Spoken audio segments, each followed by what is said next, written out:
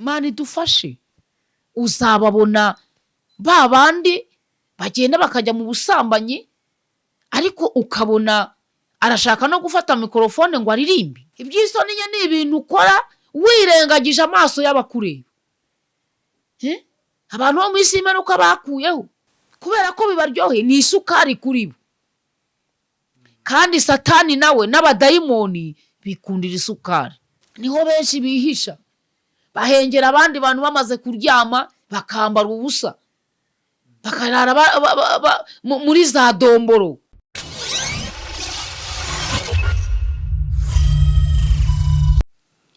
Twongeye kubasuhuza abantu mukunda ibiganiro byacu bica hano ku Baho Uwiteka TV. Imana ibaha umugisha, amahoro y'Imana ajya akomeza kubana namwe. Turabashimiye kuba mwongeye guhitamo iyi channel kugira ngo tubane. Uyu munsi tugarutse mu biganiro, bya biganiro byiza bibahembura, bya bindi bibabera inkomezi muri uru rugendo. Turi kumwe n'umukozi w'Imana dusanzwe tubana kenshi, muramuzi cyane, ari buze no gufata umwanya yongera bibwire. Ntabwo turi buze gutinda cyane, tugiye kuganira ku bintu byiza cyane. Ndizera ko rero wowe uri hano turi kumwe wabashije gukora subscribe, nawe utarayikora nyamuneka wayikora, ntago bigoranye. Ni ugukanda aho ngaho hasi kuri ako kabuto k'umutuku, bikagaragara yuko utanze subscribe yawe, ugakanda no kunzogera kugira ngo ibiganiro igihe biziye bijye bita bikugeraho. Ntabwo rero turi butinde, tugiye kumwakira atuganirize, tuganire nawe. Turizera yuko biri buze kuza kuba byiza. Turakwakiriye ku Baho Uwiteka TV. Inshuti bakunzi ba Baho Uwiteka TV, ndetse n'abandi bantu babasha kunyumva bari mu bihugu bitandukanye, ndabashuhuje mwese mu izina rya Yesu Kristo.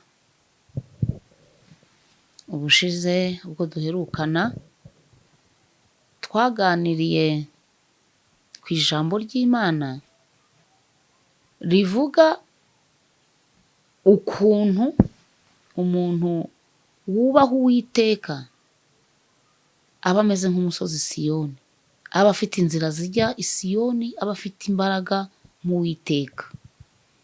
Uyu munsi rero tugiye kuganira ijambo ry'Imana rifite umutwe uvuga ngo abubaha Uwiteka ni umunyu kandi ni umucyo. Imana itugirire neza. Reka turambure Bibiliya zacu, hanyuma dusome ijambo ry'Imana. Turasanga muri Matayo igice cya 5 umurongo waho wa 13, uwa 14 n'uwa 15 ndetse n'uwa 16. Dusoma mu izina rya Yesu Kristo. Muri umunyu w'isi, mbese umunyu nukayuka uzaryoshywa n'iki? Ntacyo uba ukimaze keretse kujugunywa hanze abantu bakawukandagira. Muri umucyo w'isi, umudugudu wubatswe mu mpinga y'umusozi ntubasha kwihisha.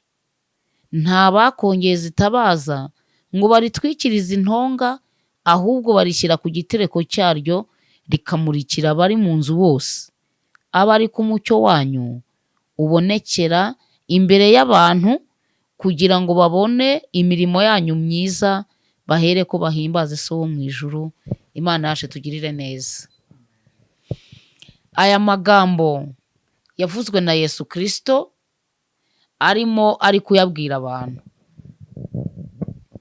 Igihe kimwe Yesu ngo yari ari kugenda, ariko ngo abona iteraniro ry'abantu benshi rije rimusanga.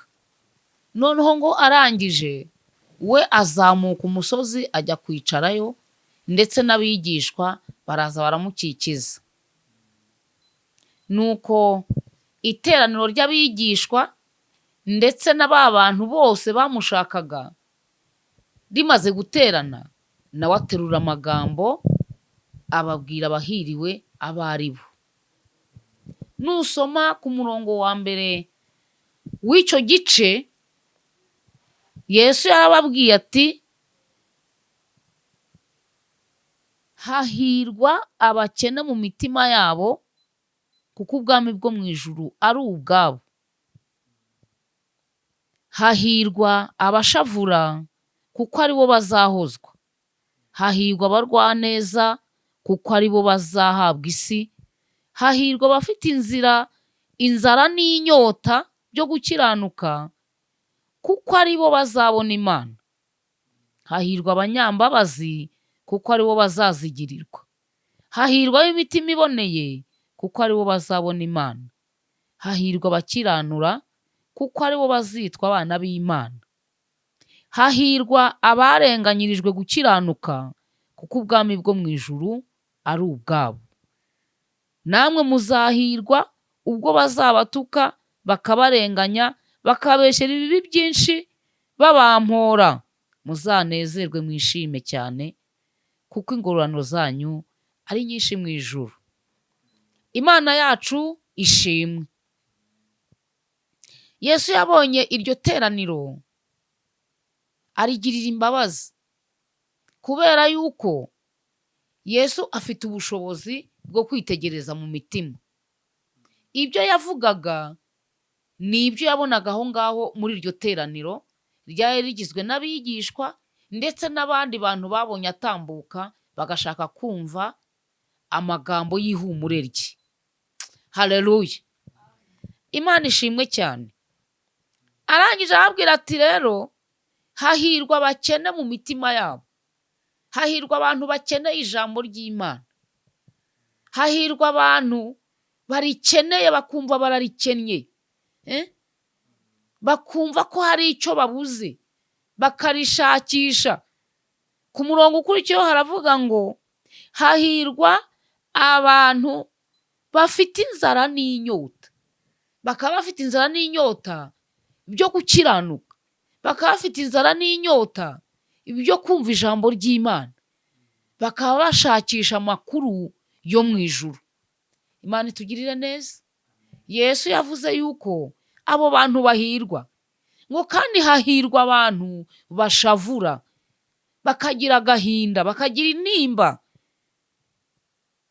yo kumenya neza ibyo umwami wacu ashima, bakabishakisha mu nzira zabo zose, kandi bakaba bafite ishyaka n'umwete byo kubigeraho. Yesu arangije aravuga ngo hahirwa abantu bagira imbabazi. Hahirwa abantu bagirira imbabazi abandi. Hahirwa abantu bagira urukundo, urwo rukundo rukagera ku rwego rwo kumva bitaye ku bandi bantu. Haleluya! Hariho abantu bikunda, ariko kwikunda ni icyaha. Kwikunda ukirengagiza abandi ni icyaha, kuko Yesu yaravuze ngo ukunde mugenzi wawe nk'uko wikunda. Iyo wikunze wenyine, ukumva ko ibyiza byose byaguhereraho wenyine, ukumva ko amahirwe yaza kuri wewe wenyine, ukumva ko imigisha yaza kuri wewe wenyine, ntabwo icyo gihe uba uri mu murongo w'icyo ijambo ry'Imana rivuga. Ahubwo ibyo ugomba kubyifuza, ariko bikajya ku murongo neza, yuko kubyifuza ko byakuzaho ari nako wifuza ko byajya kuri mugenzi wawe. Imana ishimwe. Yesu yigeze abwira abigishwa, arababwira ati rero muri abigishwa banjye, ariko ikintu abantu bazabamenyeraho nuko muzakundana. Haleluya! Impamvu Yesu yabivuze ni uko yitegerezaga mu isi, akabona urukundo nta ruhari, akabona abantu ntibashaka abandi, akabona abantu ntibifuza abandi. Arangije ashyiraho itegeko ry'urukundo, aravuga ati mukundane nk'uko nabakunze. Icyo ni nacyo abantu bazabamenyeraho ko muri abigishwa banjye, nimukundana. Imana itugirire neza. Arangije arababwira ati rero, mwebwe abakene mu mitima yabo, mwebwe abashavura, mwebwe abagwaneza, mwebwe abafite inzara n'inyota byo gukiranuka, mwebwe abanyambabazi, mwebwe ab'imitima iboneye, mwebwe abakiranura, mwebwe abarenganyirijwe gukiranuka, ab'isi bazabanga, kuko mwebwe ntabwo muri ab'isi. Ab'isi bazabanga, ab'isi bazabanga, bazabazanira ibishakwe, bazabagerageza ibigeragezo byinshi. Arangije arababwira ati, nimubona ibyo ngibyo bibagezeho, ariko bikabageraho babahora gukiranuka no gukunda Imana no gukunda ijuru, muzishime munezerwe, kuko icyo gihe muzaba mufite ingororano nyinshi mu ijuru. Imana ishimwe kandi Imana ihimbazwe. Yesu agiye gusubira mu ijuru, yabwiye abigishwa be, arabasengera, arambura amaboko, arabasabira, abwira Imana ati, ubarinde umubi, kuko yari agiye gusubira mu ijuru. Yari azi imbaraga za Satani izo arizo, kuko we areba n'ibyo tutareba. Yari azi intambara abigishwa bagiye kurwana, yari azi ko isi izabanga bakanabica, yari azi ko bazabajyana mu nzu z'imbohe, yarabyitegerezaga akabireba. Yabonaga yuko bazabirukana mu nsengero, kera bazitaga ngo ni amasinagogi. Yararebaga akabona ko bazajya babirukana mu birorero kubw'izina rya Yesu Kristo. Arangije arambura amaboko, abwira Imana Data wa twese ati, Uwiteka ubarinde umubi. Imana itugirire neza. Nibwo rero yabwiye bano bantu, arababwira ati, murahirwa mwebwe abarenganyirizwa gukiranuka, babampora, ariko nibabarenganya muzishime munezerwe, kubera ko ingororano zanyu ari nyinshi mu ijuru. Arangije arahindukira rero ababwira ya magambo tumaze gusoma, ababwira ati, rero muri umunyu. Amen. Ubwo yari atangiye gusobanura ukuntu atari ab'isi, ukuntu isi nubwo bayituyemo ariko atari ab'isi, ahubwo bo bafite ikindi gihugu cyitwa ijuru. Niho gakondo yabo iri, niho umurage wabo uri. Hano muri ino si nta murage bahafite. Arangije arababwira ati, muri umunyu w'isi. Haleluya. Muri umunyu w'isi. Akamaro k'umunyu ni ako kuryoshya ibiryo. Imana ishimwe. Akamaro k'umunyu ni ako kuryoshya ibiryo. Akamaro k'umunyu ni ako guhungira. Hari igihe imyaka iba idafite ubushobozi bwo kumara igihe kirekire, noneho udusimba tukaba twayataka tukayinjiramo. Icyo gihe iyo wayisize umunyu, ntabwo udusimba tubasha kuyishobora.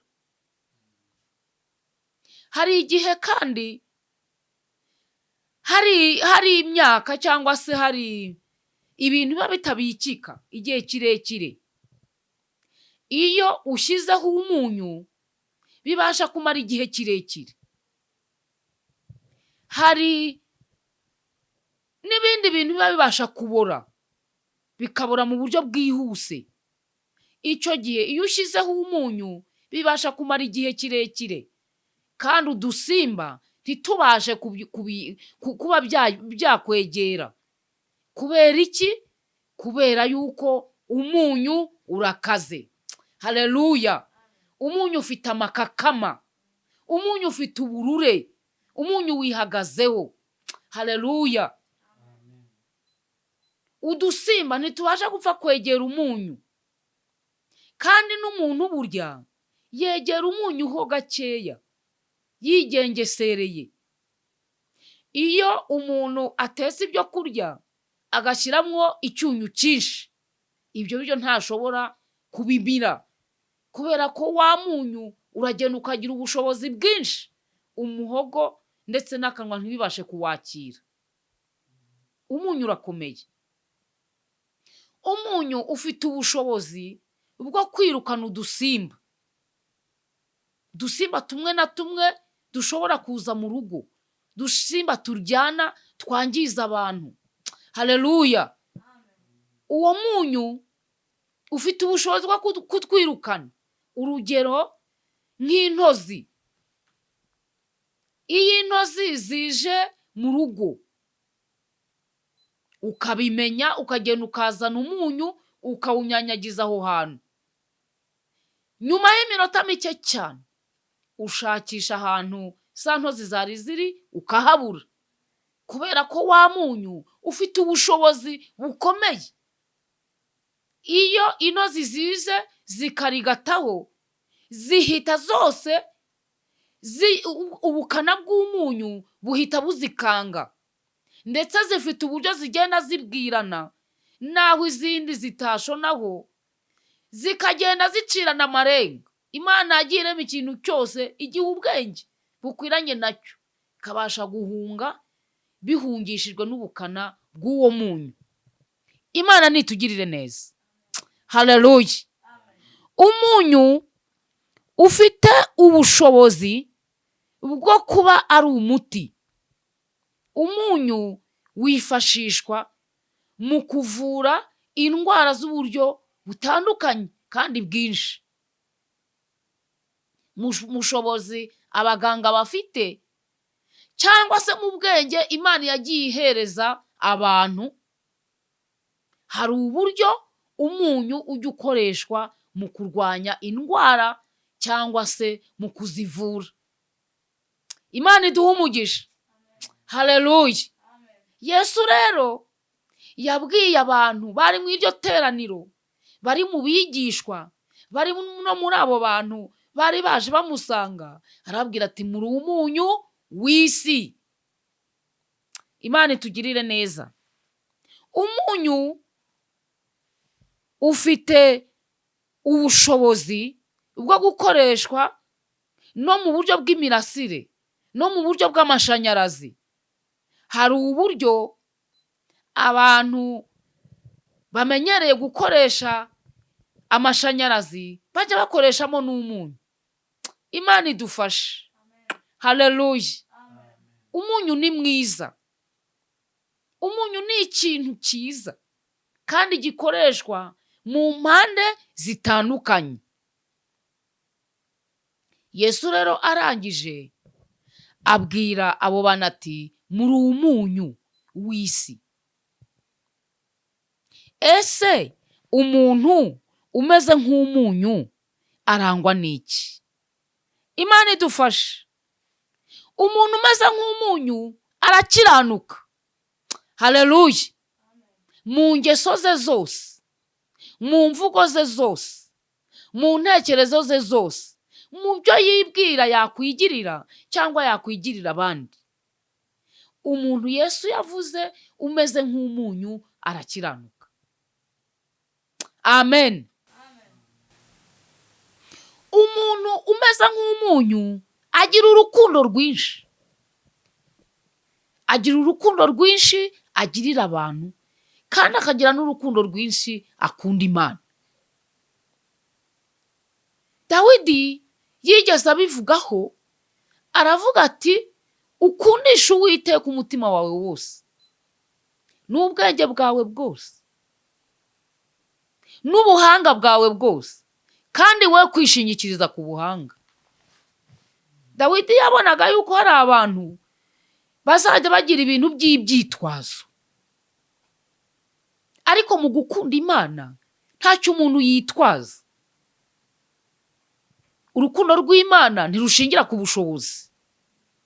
Urukundo dukunda Imana ntirushingira ku mashuri.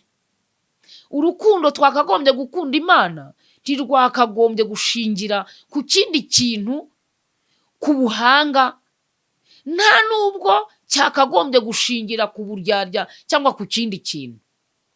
Nibwo rero Dawidi yavuze ngo ukundishe Imana ubwenge bwawe bwose n'umutima wawe wose n'ubuhanga, we kugira ikindi kintu wishingikirizaho.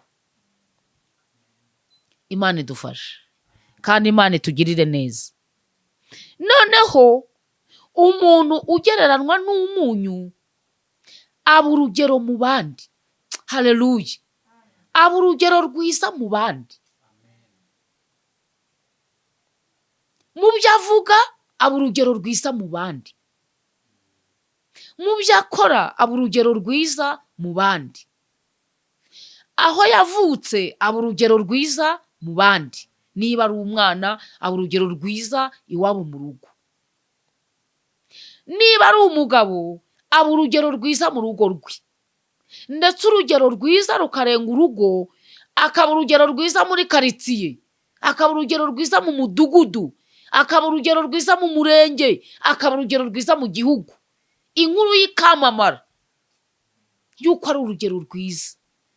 Niba ari umugore aba urugero rwiza iwe mu rugo, akabera ikamba umugabo we. Ndetse ngo abana yabyaye iyo bamwitegereje baravuga ngo ni umunyamugisha. Haleluya. N'abandi baho hafi cyangwa na kure babyitegereza bakabona ngo ni umunyamugisha. Imana ishimwe. Bibiliya imuvugaho ikavuga ko azi no gutunganya imirimo ye ya buri munsi. Nicyo gituma ngo abantu bo mu gihugu ndetse no mu mudugudu ngo baza bakabwira umugabo we yuko ari umunyamugisha. Imana ishimwe. Umuntu Yesu yavuze ugereranywa n'umunyu avuga ukuri nk'uko kuri mu mutima. Ni umunyakuri. Ntago ari interenganya. Ntago ari umubeshyi. Ntago abumbura akanwa ke kugira ngo asebye abandi. Ntago abumbura akanwa ke agambiriye gukomeretsa abandi. Ni umunyakuri mu ngeso ze zose. Ni umunyakuri mu byo akora. Ni umunyakuri mu byo avuga. Umusize mu nzu yawe, mu rugo rwawe, uba wizeye ko uhasize umuntu w'umunyakuri. Uba uzi ko uhasize umuntu w'umwizerwa. Haleluya. Uba uzi ko aratunganya ibyo mu rugo. Ntabwo uba uzi ko n'ibyo utunze ari bubihishe ngo aze kubitwara yihishe. Umuntu Yesu yavuze arihangana. Haleluya. Arihangana. Iyo ahuye n'intambara yo mu buryo butari bumwe, aho yaba iturutse hose, arihangana. Iyo ahuye n'intambara mu rugo rwe, arihangana. Ururimi rwe rugakomeza rukavuga ukuri. Haleluya. Gukiranuka kwe kugakomeza. Urugero rwiza rwe rugakomeza. Haleluya. No mu bibazo uyu muntu arakomeza akihangana agakiranuka. Kandi ijambo ry'Imana ryabivuzeho rivugiwe mu kanwa ka Yakobo igice cya 12 ngo hahirwa umuntu wihanganiye umugerageza, ngo kubera yuko namara kwemerwa azahabwa ikamba ry'ubugingo iry'Imana yasezeranije abayikunda. Haleluya. Uyu muntu Imana yavuze yuko ari umunyu, ni umukiranutsi mu nzira ze zose. Nicyo cyatumye agereranywa n'uburyohe. Haleluya. Kubera ko aho ari abantu barishima. Kubera ko aho ari ibibazo birakemuka. Kubera ko aho ari iyo abantu bashonje arabagaburira. Kubera ko uyu muntu iyo ageze ahantu hari umurwayi atanga amafaranga yo kumugeza kwa muganga. Iyo afite imodoka aramutwara. Haleluya. Akamaro kawo ni ako kuryoshya ibyo kurya. Nawe aryoshya ubuzima. Haleluya. Araryoshye mu mibereho. Araryoshye mu baturanyi. Araryoshye muri korari. Araryoshye mu rusengero. Haleluya. Araryoshye ku ruhimbi. Araryoshye mu banyamashengesho. akemura ibibazo. Yesu nashimwe, Yesu nahimbaza. Ni ukuvuga ngo ibyo bibazo byose twabigereranya na kwa kubora. Ubwo aho umukiranutsi ari, kubora ni kuba kugihari. Iyo abantu baturanye nawe bemeye no kumva. Burya hari abantu batemera kumva, hari abantu batemera urugero rwiza, hari abantu baba barononekaye, ariko iyo bemeye kwitegereza urugero rwiza, uwo muntu aba ari umuntu mwiza mu mudugudu. Umugabo witwa Aburahamu yigeze asaba Imana. Icyo gihe ngo ibyaha byari byaragwiriye mu isi, byaragwiriye mu Isodomu n'i Gomora. Ariko Imana imenyesha Aburahamu yuko igiye kuharimbura. Ijambo ry'Imana niko ryabivuze ngo nta kintu kizajya kubaho na kimwe, haba ku muntu, haba mu itorero, haba mu mudugudu, haba no mu gihugu. Niba ari ikintu gikomeye Imana itamaze kukimenyesha intore zayo z'abahanuzi, icyo gihe Imana yabimenyesheje Aburahamu. Ariko Aburahamu agirira impuhwe ab'i Sodomu n'i Gomora. Arasenga, arambura amaboko, abwira Imana ati, nihaboneka abakiranutsi 50, wakwemera ukagira imbabazi uyu mudugudu ntuwurimbure? Imana iti, nibabonekamo ntago ahantu hararimbuka. Ariko 50 barabura, kubera ko i Sodomu n'i Gomora hari haragwijije ibyaha byarabaye byinshi. Atese nibaba 30, Uwiteka uremera ugira imbabazi we kuharimbura? Imana iti, ye, nibaba 30 ntago ndi buharimbure. Agenda apunguza agera ku 10. Imana iti, ye, ntago ndi buharimbure. Ariko n'10 ryarabuze, habonekamo Aburahamu wenyine. Imana idufashe. Ubwo abo bantu bakoze ibyaha bagera kuri rwa rugero ibyiza batakibasha no kubibona. Hari abantu baba barononekaye ku buryo n'ibyiza batabibona. Imana idufashe. Pawulo yigeze abivugaho, arabivuga ngo umenye ko mu minsi y'imperuka hazaho ibihe birushye, kuko abantu bazaba bikunda, bakunda impiya, nta nubwo bazabemera ibibwiriza. Umuntu uzajya avuga ibihwanye n'irari ryabo nuko bumva bifuza mu mutima, niwe bazemera. Kandi koko niwitegereza abantu b'iki gihe, abantu bo mu minsi y'imperuka ntago bakunda ijambo ry'Imana. Ariko ijambo ry'Imana ni umuti w'ikibazo, ariko abenshi ntibarikunda. Abo bameze nk'abandi b'i Sodomu n'i Gomora. Imana yarokoyemo Aburahamu n'umuryango we bonyine, abandi bose bararimbuka. Imana idufashe kandi Imana itugirire neza. Iyo bakiza kuba baramenye kandi bagashaka ubwiza bwari muri Aburahamu, umudugudu ntacyo uba warabaye, ntago haba hararimbutse. Imana idufashe kandi Imana yacu itugirire neza. Harimo n'abandi bantu rero bagereranywa n'isukari. Abo bantu nabo barahari muri karitsiye, barahari mu itorero, barahari mu gihugu, barahari mu buyobozi bwose butandukanye. Isukari ni ikiribwa cyoroshye, ni ikiribwa kiryohera. Ni ukuvuga ngo yaba umwana, yaba umukuru, yaba umutoya, yaba ufite imbaraga, yaba utazifite, araza akarigataho. Ndetse n'udusimba twari two twose nako turaza tukarigataho.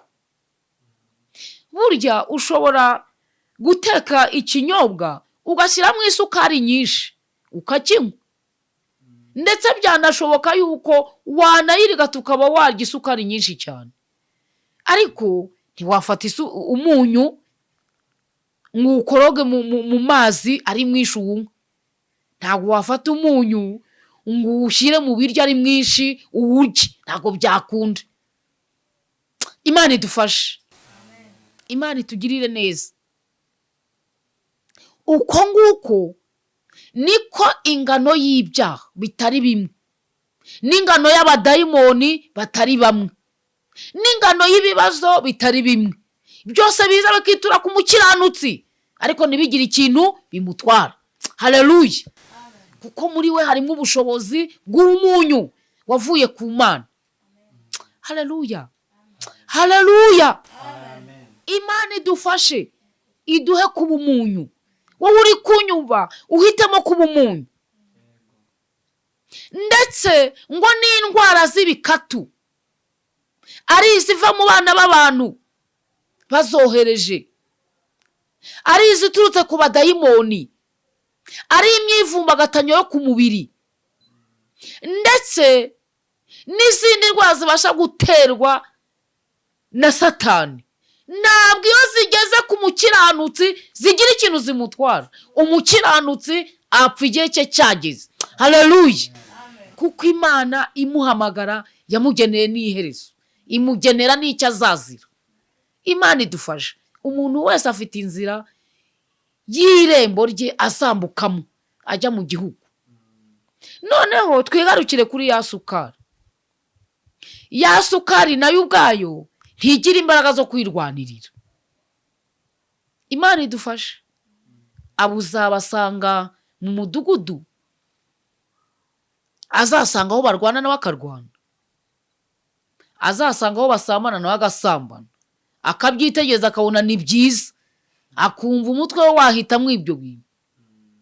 Azareba abambaye ubusa, yabitegereza uburyo bambaye akabona ni byiza, nawe akajya kubyigana, akumva nawe arabishaka, akabona ari ibigezweho kuri we. Uzababona mu mudugudu ari ba bandi azataha amajoro, yabona n'umwana w'umukobwa akomanga nijoro, akabyitegereza kabiri, ku nshuro ya gatatu bakajyana, akumva nta kintu bitwaye, akamuherekeza. Uzababona mu mudugudu, babona umuntu atashye mu gitondo yaraye iyo ngiyo, akabona nibyo bigezweho, nawe akabyigana. Iyo ni isukari, ni isukari, kuko muri we ntiharimo ubutware bumwerekeza ku gukiranuka, bumwerekeza ku gutanga urugero rwiza. Haleluya! Imana idufashe, iduhe kuba umunyu, itwangishe kuba isukari. Uzabona mu itorero, uzabona mu itorero, burya amatorero agiye yubatse nk'imiryango, abafite ibintu aziririza, abafite amahame y'itorero, bafite ibyo yanga, bafite ibyo akunda. Ariko ntibizagutangaza ari umuririmbyi, ari umunyamashengesho, ari umudiyakoni, ntibizagutangaza ari umuvugabutumwa, uzagenda yaciye ku mabwiriza y'itorero, mahame y'itorero, akagenda akavuga ati ibunaka ntibakizwa ko babikora, ibunaka ntibasenga, ntibagenda bambaye ubusa, ibunaka ntabwo basiga inzara, ibunaka ntibishukishije, ibunaka ntibambara amapantaro, kandi ubwo ari muri rya torero ritabyemera. Ariko ibyiza burya wajya aho babyemera, kuko icyo gihe uri gucumuza. Iyo ni isukari, iyo ni isukari. Akunze imyizerere ya rya torero, arumva arikunze, ariko umubiri we ntabwo uramwemerera kujyana n'amahame y'iryo torero, kandi ku mitekerereze ye yumva itorero ryareka amahame rigenderaho rikamwumvira. Arikunze kuruta uko akunda abandi. Imana itugirire neza, Imana idufashe. Uzababona ba bandi bagenda bakajya mu busambanyi, ariko ukabona arashaka no gufata mikorofone ngo aririmbe, arashaka gusenga. Uzahurira nabo mu byumba, uzahurira nabo mu butayu. Nta nubwo agira isoni zo kugenda ngo arare ijoro imibiri ari murya mu mashyamba ngo ari gusenga, kandi aba yavuye muhira agiye gusenga, ariko umutima afite ntumwemerera kuva ku ngeso, kubera ko ibyo bintu abamo biramuryoheye, biraryohereye. Imana itugirire neza kandi Imana idufashe, Imana iturinde. Yesu rero yagereranyije abanyabyaha. Abanyabyaha turabasoma hehe? Mu gitabo cy'Abagalatiya bice byaho 5 ku murongo waho wa 19 haravuga ngo imirimo ya kamere iragaragara, ni ugusambana, gukora ibiteye isoni, iby'isoni nke, urumva, ubusinzi n'ibindi byinshi bisa bityo. Iby'isoni nke ni ibintu ukora wirengagije amaso y'abakureba. Abantu bo mu isi y'imperuka bakuyeho kubera ko bibaryohe, ni isukari kuri bo. Kandi Satani nawe n'abadayimoni bikundira isukari, kuko barabizi yuko bagiye kwitereza umunyu ntago bawushobora. Umunyu wabarurira, umunyu wabasharirira. Niyo mpamvu bibonereza bigira aho hantu hari imitima yoroshye yikundira ibyaha ku gasukari. Yesu yabwiye abo bantu, arababwira ati mwebwe abakiranutsi muri umucyo w'isi. Haleluya. Muri urumuri. Ahantu iyo hari urumuri umwijima urahunga. Uyu mwijima turawugereranya na ya sukari, kubera ko mu mwijima niho ibyaha byose bikorerwa. Niho benshi bihisha, bahengera abandi bantu bamaze kuryama, bakambara ubusa, bakarara muri za domboro. Ibyo ntibabikora ku manywa kuko batinya amaso y'abantu, urumva. Bahengera bwije, bakarara mu tubari. Hari abantu bataye ingo zabo, akarara mu kabari. Iyo agiye mu kabari agahurirayo n'umugore ufite umutima mubi, wa wundi abigisha b'ubwenge bw'isi bavuze ngo ni umutima mucyo wo mu rutiba, aragenda akarorombokerayo agata urugo. Abitewe n'iki? Abitewe n'uko yagendeye mu mwijima. Ariko Yesu we yaravuze ngo abakiranutsi, abanyarukundo, haleluya, abo ngabo b'urugero rwiza mu bandi, yaravuze ngo ni umudugudu wubatswe mu mpinga y'umusozi. Kandi umudugudu wubatse mu mpinga y'umusozi ntubasha kwihisha, abantu bose baba bawureba.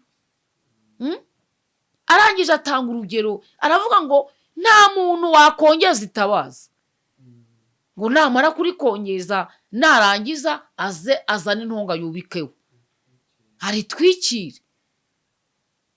Ese ubwo bintu waba ufite intego ki? Hari icyo byaba bimaze? Nta kintu byaba bimaze. Niba uri umukiranutsi, reka gukiranuka kwawe kugaragarira abantu bose. Haleluya.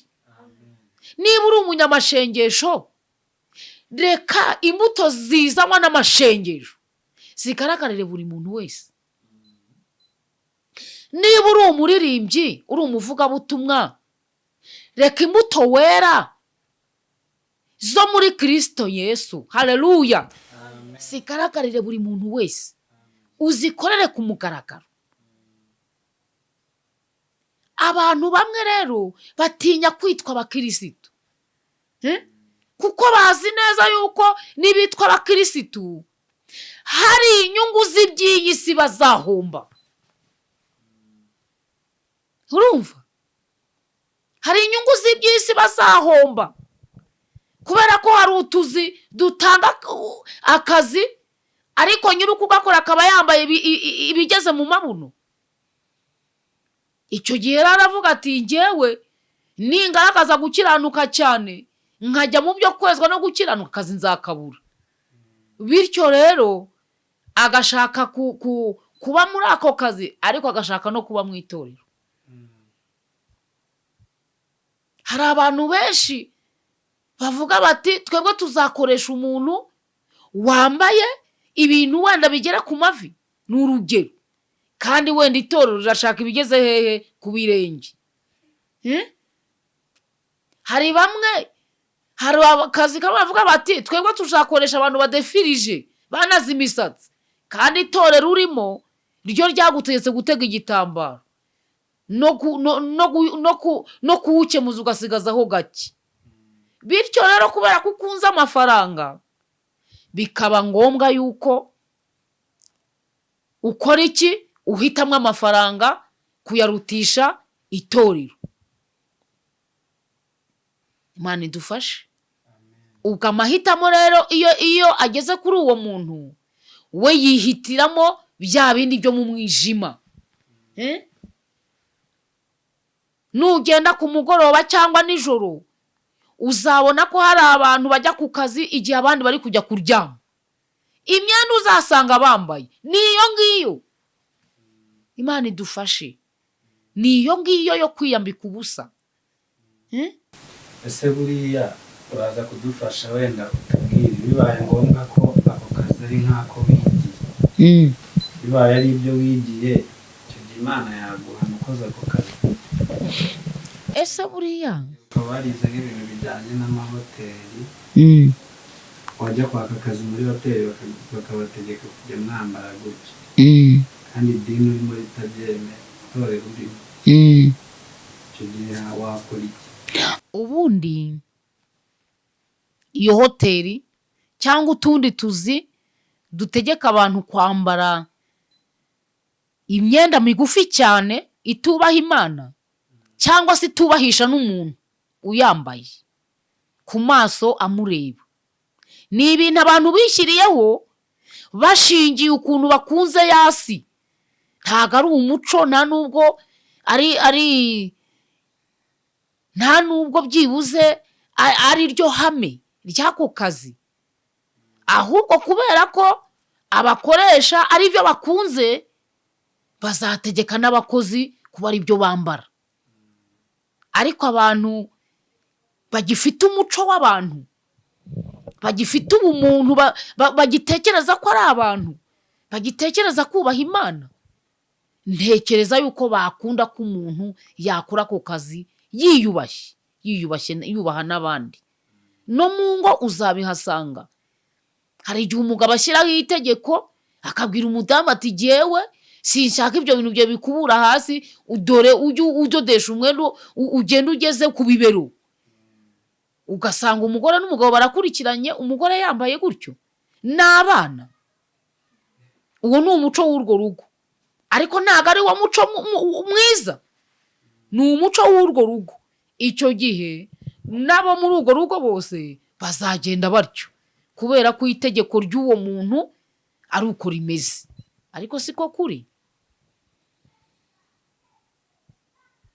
si wo muco w'Abanyarwanda, si wo muco w'abanyamahanga, si wo muco w'ijambo ry'Imana, si wo muco w'amatorero, ahubwo byatewe n'icyo umuntu yikundira.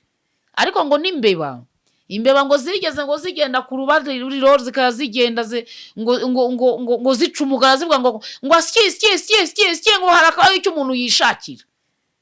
Ibyo ni ibyo abantu bishakira ariko ku giti cyabo. Imana itugirire neza. Rero Yesu yaravuze ngo umukiranutsi ameze nk'umunyu, umukiranutsi ameze nk'umucyo. Haleluya.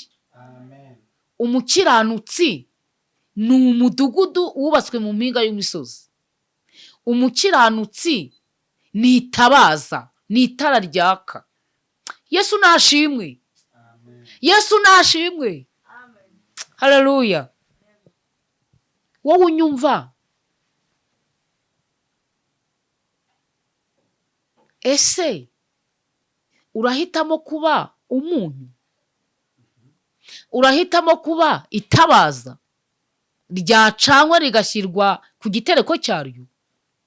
Urahitamo kuba umudugudu wubatswe mu mpinga y'umusozi aho ubasha kwerera imbuto abantu bakakureba?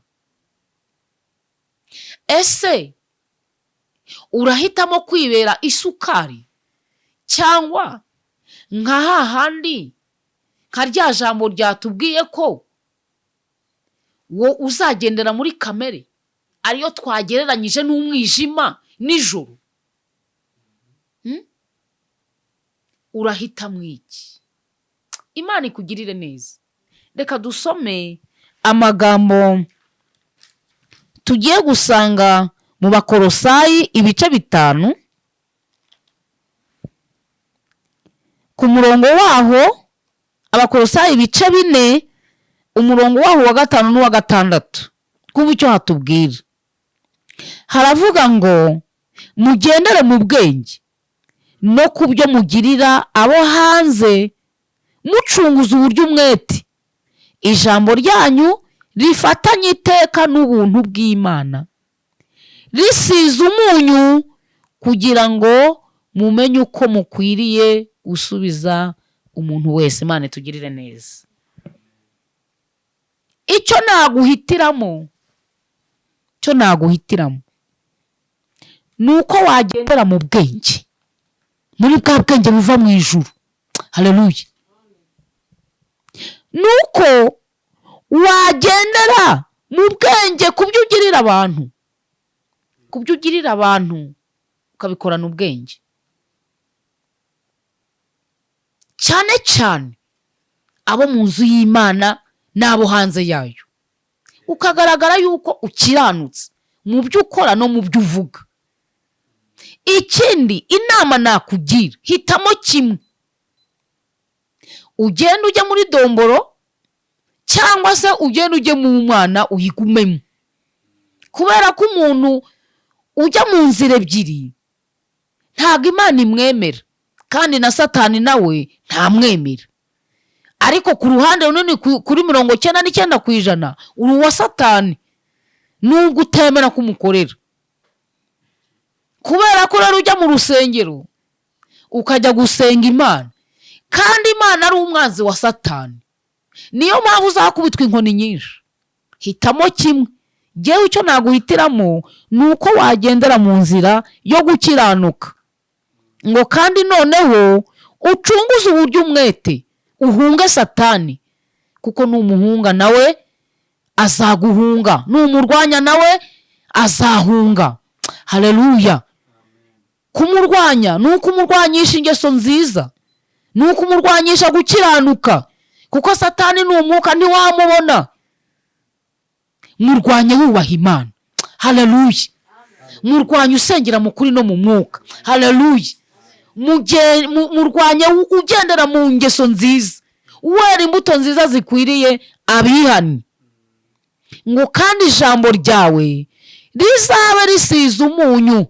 Amena. Rizaba ari rya jambo rishyigikiwe n'Imana, rizaba ari ijambo ry'ukuri, rizaba ari ijambo rizana amahoro, rizaba ari ijambo ry'ubugingo. Haleluya. Haleluya. Ku buryo umuntu uzaryumva azabura ikintu akunengaho.